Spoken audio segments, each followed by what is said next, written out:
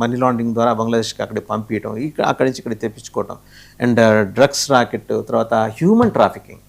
Main అంటే దరిద్రం west బెంగాల్లో హ్యూమన్ ట్రాఫికింగ్ పాల్పడిన టీఎంసీలలో ఎక్కువ మంది మహిళలే.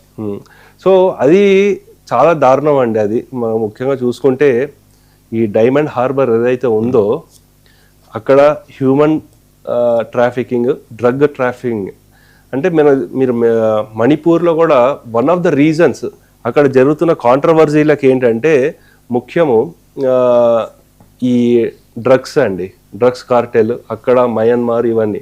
కానీ వీటిని వేరే చోటికి పంపించాలంటే ఒక పోర్ట్ కావాలి. ఆ పోర్ట్ ఏదంటే ఈ డైమండ్ హార్బర్. చాలామంది బంగ్లాదేశీ స్త్రీలని వాళ్ళు అక్కడి నుంచి ట్రాఫికింగ్ చేసి బంగ్లాదేశీ కలకత్తాలోనే వెరీ బిగ్ దాన్ని సోనాగచ్చి సోనాగచ్చి. సో అది చాలా పెద్ద biggest red light area in entire Asia. So అటువంటి ఏరియా అక్కడి నుంచి భారతదేశంలో వేరే ప్రాంతాలకు కూడా డిస్ట్రిబ్యూట్ చేస్తున్నాం. అంటే ఇన్హ్యూమన్ థింగ్స్ అనమాట అవన్నీ. అవి చెప్పలేము, అంత దారుణమైన. అంటే వీళ్ళు పవర్ గురించి చూసి చూడకుండా వదిలేయడం జరిగింది.